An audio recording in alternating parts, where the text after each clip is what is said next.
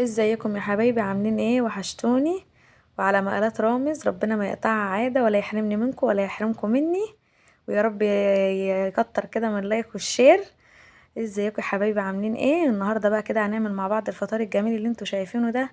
وعايزه اقول لكم كده على حاجه، وانا بعمل الفطار كده، انا كنت بعمل فطار طبعا عند حماتي تحت. وكنت عامله كده فول بطماطم وبطاطس مهروسه. وكنت عامله طعميه شكلها جميل جدا زي هتشوفوها دلوقتي. بس بعد ما خلصت كده الفطار يا حبايبي عند حماتي، اختي طبعا كانت تعبانه شويه يعني، اتصلت بيا. فقلت راح اعمل لها كده الاكل يعني عندها، عملت لها يعني الغدا، روقت لها الشقه وكده. يعني طبعا احنا لو متجوزين يعني في الارياف وملناش الا بعض يعني. فطبعا رحت عملت لها الشقه كده وعملت لها الغدا. بس بعد ما عملت الفطار عند حماتي وحطيت لهم الفطار وخلصت كل حاجه كده عند حماتي، رحت بقى لاختي وقلت ايه اعمل لها الغدا عندها. طبعا بقى يا جماعه الناس ما بتسيبش حد في حاله يعني. عايزه اقول لكم ان انا يا جماعه والله لسه، يعني انا عامله القناه بتاعتي دي ما كملتش مثلا شهرين ثلاثه. فما شاء الله يعني عندنا الناس في الحته يعني عشان عارفين ان انا عامله قناه وكده. يعني مش عايزه اقول لكم الناس مش سايبه حد في حالها، والله يا جماعه الناس مش سايبه حد في حالها. وانتي لو قعدتي كده عشان ترضي الناس عمرك ما هتعرفي ترضيهم. يعني مثلا على مالات جحا كده يعني، جحا عشان حب يرضي الناس كان ماشي هو وابنه راكبين حمار. فقعد يقولوا بص الراجل اللي ما بيفهمش ماشي هو وابنه وسايبينه الحمار ماشي فاضي. راح هو وابنه ركبوا على الحمار، قالوا شوفوا الراجل اللي ما عندوش دم، راكبين هما الاتنين ماشيين وراكبين على الحمار يا عيني ما عندهمش رفق بالحيوان. ركب ابنه ومشي هو، قالوا شوفوا الواد اللي قليل الادب. مركب هو راكب وابوه مش راكب، هو اللي ركب ومشى ابنه. برضه راحوا قالوا عليه ده شوف الراجل حرام عليه مشي ابنه وهو راكب. اخر ما زهق شال الحمار هو وابنه، قالوا شوفوا الراجل المجنون. يعني بص عايزه اقول لكم ان الناس مهما تعملوا والله يا جماعه ما بيعجبها العجب. وكده فانا يا جماعه عارفه يعني هم قالوا عليا ان انا طبعا في الشهرين اللي انا عملتهم دول والله العظيم انا حتى ما جبت ال1000 مشترك ولا جبت اي حاجه.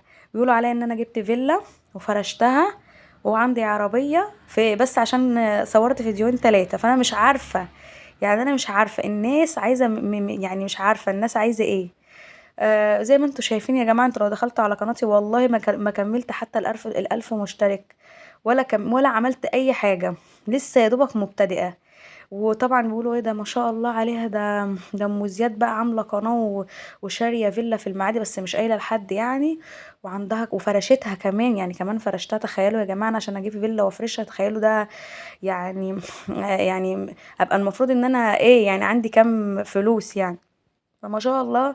مش عارفة والله ان يعني الواحد هيعمل ايه، والله ربنا اللي يعلم بالواحد يعني. فمش عارفة والله الواحد يقول ايه.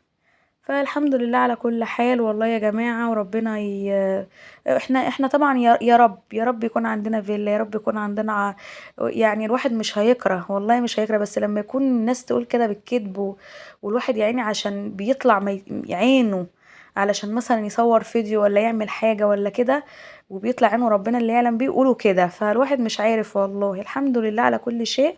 وانا مش عايزه برضه اقول لكم يعني الواحد لو قعد، انا والله بص لو قعدت بصيت لكلام الناس مش هكمل ولا هعيش والله. وانتوا برضه زي لو قعدتوا بصيتوا لكلام الناس مش هتكملوا ولا هتعيشوا.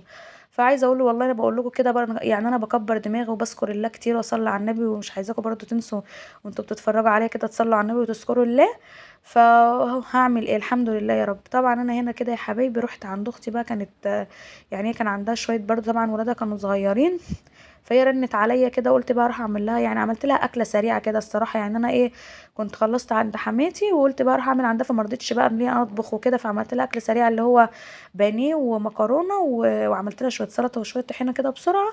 وطبعا كنت مروقه لها الشقه ودعكت لها المواعين. فاللي انا ايه ما عملتش قلت اصور لكم كده الاكل لما عملته عندها يعني، واوريه لكم كده يعني يا حبايبي. فطبعا انا كده كنت عامله البانيه زي ما انتم شايفين. طبعا انا لقيت عندها بقسماط ولقيت عندها دقيق و... وشوية نشا بقى كده يا حبايبي، حطيتهم كده في قلب طبق زي ما انتوا شايفين. وحطيت بقى معاهم توابل، وحطيت بقى كده البانيه بتاعنا في قلب التوابل وقليته كده في الزيت. وعملت لها بقى كده شوية مكرونة سلقتهم كده في المية. وعملت الصلصة كده، يعني كنت عملت الصلصة وسلقت كده المكرونة ورحت بقى مصفيه المكرونه زي ما انتوا شايفين كده. طبعا كنت حاطه في المكرونه في الميه بتاعه المكرونه، كنت حاطه فيها شويه زيت وملح علشان يعني تخلي طعم المكرونه حلو والمكرونه تبقى مفلفله زي ما انتوا شايفين كده. ومسكت بقى كده ال- الحله بتاعتنا دي، حطيت كده فيها شويه صلصه. انا كنت عامله صلصه يعني في حله تانية، بس دي كنت عاملاها يعني لحاجه تانية شالتها يعني في الفريزر كده عندها.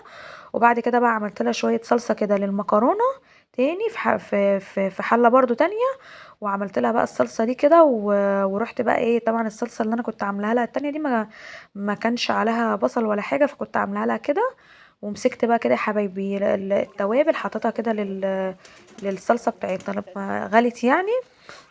وقلبتها كده تقلبتين، وهسيبها بقى كده شويه على النار تغلي وتتسبك مع نفسها. وهنزل بقى كده في قلبها المكرونه. ورحت بقى راجعه تاني لتتبيله البانيه.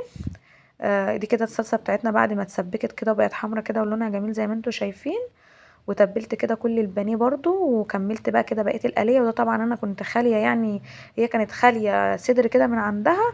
فانا قلت لها يعني ما تشيليش بقيته، انا عملته لها كده كله يعني عملت لها البانيه، قالت لي هيستوي، قلت لها ايوه هيستوي كله هيبقى جميل. وعملت لها كده الاجنحه زي البروست كده. وعملت لها بقى البانيه زي ما انتوا شايفين كده، وقلته بقى كده في الطاسه وظبطت الدنيا يعني وكده. وحطيت لها بقى الاكل كده يا حبايبي. بعد ما خلصت حطيته لها كده على السفره، وغسلت لها بقى المواعين، ورحت ايه مروحه بقى. قلت لها بقى لو عايزه حاجه تاني ولا كده، قعدت تعزم عليا وتقول لي والله لا تقعدي تتعشي معايا وكده والكلام ده. بس انا كنت طبعا سايبه ولادي وكده في البيت، فقلت لها انا همشي بقى علشان سايبه يعني ولادي وكده في البيت، ولو عوزتي اي حاجه تاني يبقى رن عليا. وهي بقى كان عندها شويه طحينه كده في التلاجة، يا دوبك حطيت لهم شويه ميه دافيين وشويه خل وتوابل، وعملت لها كده طبق طحينه مع طبق سلطه، وسبت لها بقى الاكل كده على السفره.